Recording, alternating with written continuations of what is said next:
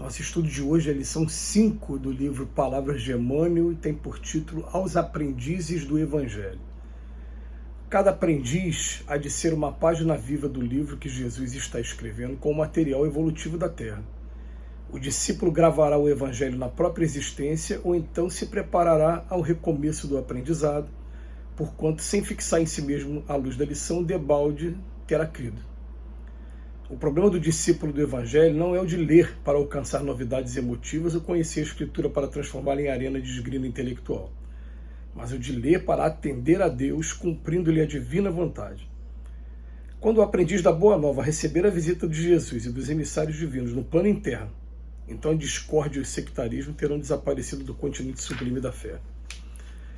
Os discípulos de boa vontade, necessitam da sincera atitude de observação e tolerância. É natural que se regozijem com o alimento rico e substancioso com que lhes é dado nutrir a alma. No entanto, não desprezem outros irmãos cujo organismo espiritual ainda não tolera senão o leite simples dos primeiros conhecimentos. Hoje nós temos acesso a 4 textos muito profundos. Um do livro Pão Nosso, 2 do livro Vinha de Luz e 1 do Caminho, Verdade e Vida. E os 3 falando para nós que somos aprendizes do Evangelho. Me lembro de, em primeiro lugar, de uma pergunta 982 do Livro dos Espíritos. É necessário crer no Espiritismo para obter a salvação? E a resposta é: se fosse assim, aqueles que não conheceram estariam deserdados. Muitos não conheceram ainda a doutrina espírita e esse seria um absurdo. Ele vem falar para a gente: o que faz a diferença é a prática da caridade. É isso que vai fazer a diferença. Então, em qualquer religião do planeta, se a pessoa tem a caridade dentro de si, ela está no caminho da salvação.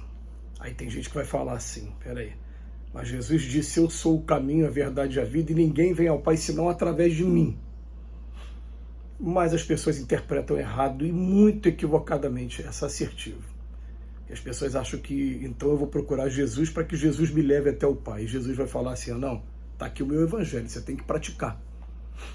E o que é a caridade senão o amor ao próximo, ser misericordioso, ser manso e pacífico, ser pobres de espírito, ser as bem-aventuranças? Isso é praticar a caridade. Então, muitas das vezes, ecoa em nossa mente: nem todos aqueles que dizem Senhor, Senhor entrarão no reino dos céus, mas apenas aqueles que atendem à vontade do meu Pai. É claro que a gente, independente de que círculo de interpretação a gente esteja estagiando, a gente vai gozar da incompreensão de companheiros de outros círculos. Mas, por exemplo, eu me correspondo com um pastor que eu nem conheço ainda pessoalmente, vou ter o prazer em breve de conhecê-lo pessoalmente, mas que ele tem uma afinidade grande comigo em algumas atividades, melhor dizendo. Uma porque eu trabalhei 7 anos como agente religioso em presídio e ele faz esse trabalho também de estudar o Evangelho lá nos complexos de Bangu. E outra porque ele está sempre entregando comida na rua e postando as atividades dele nas redes sociais. Eu fico pensando assim, poxa, foi durante muito tempo, eu tive que me afastar de ambos os trabalhos por conta da espiritualidade mesmo, que falou: eu prefiro que você ocupe o seu tempo no curso. Deixa essa atividade para outros companheiros. Mas são 2 atividades que a mim me trouxeram muita alegria e fazem muita falta. Ele é pastor evangélico, não sei nem de que denominação religiosa, mas a gente tem muita afinidade e ele está no caminho correto nesse momento. Ele está buscando agora a voz do coração dele, que manda ele para a rua para praticar essas atividades. É claro que uma vez a gente ouviu do Dr. Herman que essas atividades elas são para os principiantes, mas nós somos principiantes, são para os aprendizes, que quando a gente estiver com amor no coração de verdade, a gente vai saber buscar os infortúnios ocultos, como diz lá no Evangelho segundo o Espiritismo, no capítulo 13, esses infortúnios ocultos que estão às vezes do nosso lado e a gente não está percebendo. Mas Emmanuel vem chamar a nossa atenção. Primeiro texto. Cada aprendiz, nós, né, cada aprendiz é de ser uma página viva do livro que Jesus está escrevendo com material evolutivo na Terra. O discípulo gravará o Evangelho na própria existência ou então se preparará ao recomeço do aprendizado, porque sem fixar em si mesmo essa luz, não vai ter adiantado nada ter crido. Por isso que a gente fala, né? Você reconhece Jesus como seu único e verdadeiro Salvador? Sim, de coração. Tenho muita fé. Mas, lá na carta de Paulo, entre a fé, esperança e caridade, o mais importante é a caridade, é o amor. Mais importante até do que a fé. Porque a fé a gente encontra pessoas que têm muita fé mesmo. É tanta fé que ele faz oração todo dia, se corresponde o tempo dia com Deus, com os anjos. Ele deu a denominação que ele quiser. Mas ele é capaz de, com a fé dele, fazer oração pedindo a Deus para afastar a praga do irmão dele que está no meio do caminho. Quer dizer, ele não tem o amor, não tem a caridade. Jesus também deixou bem claro essa assertiva do fora da caridade na salvação na parábola do bom samaritano. Quando ele chama a razão dos discípulos, fala, quem foi que fez certo? Olha a postura do samaritano aqui na parábola. Então, se a gente tiver o tempo todo falando, mas não praticando, ou não buscando a prática daquilo que a gente está falando, está jogando o nosso tempo fora e está, daqui a pouco, tendo que matricular de novo no recomeço do aprendizado. O segundo texto.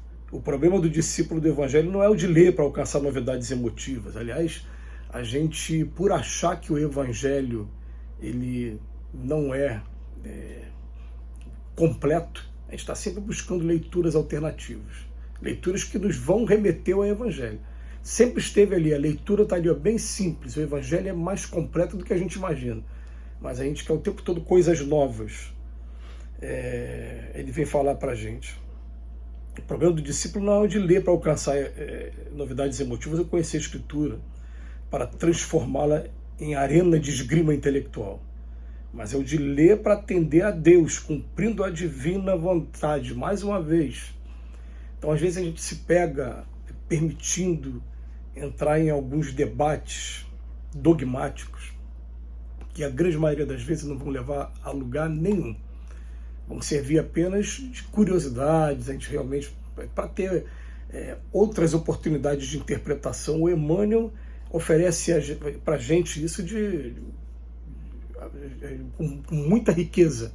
Ele, às vezes, de um mesmo texto do Evangelho, ele faz 3, 4 interpretações diferentes, tem 3, 4 textos diferentes. O terceiro texto fala assim, quando o aprendiz da Boa Nova receber a visita de Jesus e dos emissários divinos do plano interno, então a discórdia e o sectarismo terão desaparecido do continente sublime da fé. Certa vez me lembro de conversar com um pastor evangélico que viria a ser o pastor da igreja que a minha esposa frequenta, e eu falei com ele, pastor, muitas das vezes a minha esposa vai procurar ao Senhor ao invés de mim, por conta da fé. E ele falou, você pode ter certeza que eu não estou aqui para atrapalhar, eu estou aqui somente para ajudar. Obrigado pela confiança que você está tendo em mim. E foi uma pessoa que eu trago aqui no meu coração, porque realmente não me lembro de nenhum momento ter interferido para querer atrapalhar alguma coisa. Foi só para ajudar mesmo. Quando a gente consegue trazer Jesus para dentro da gente, a gente quer o bem da pessoa, independente de qual religião e qual credo, qual posicionamento político a pessoa esteja. A gente vai simplesmente amar e respeitar. E o quarto texto, os discípulos de boa vontade necessitam da sincera atitude de observação e tolerância. É natural que a gente se regozije com o alimento rico que a gente está recebendo, cada um dentro da sua faixa de interpretação.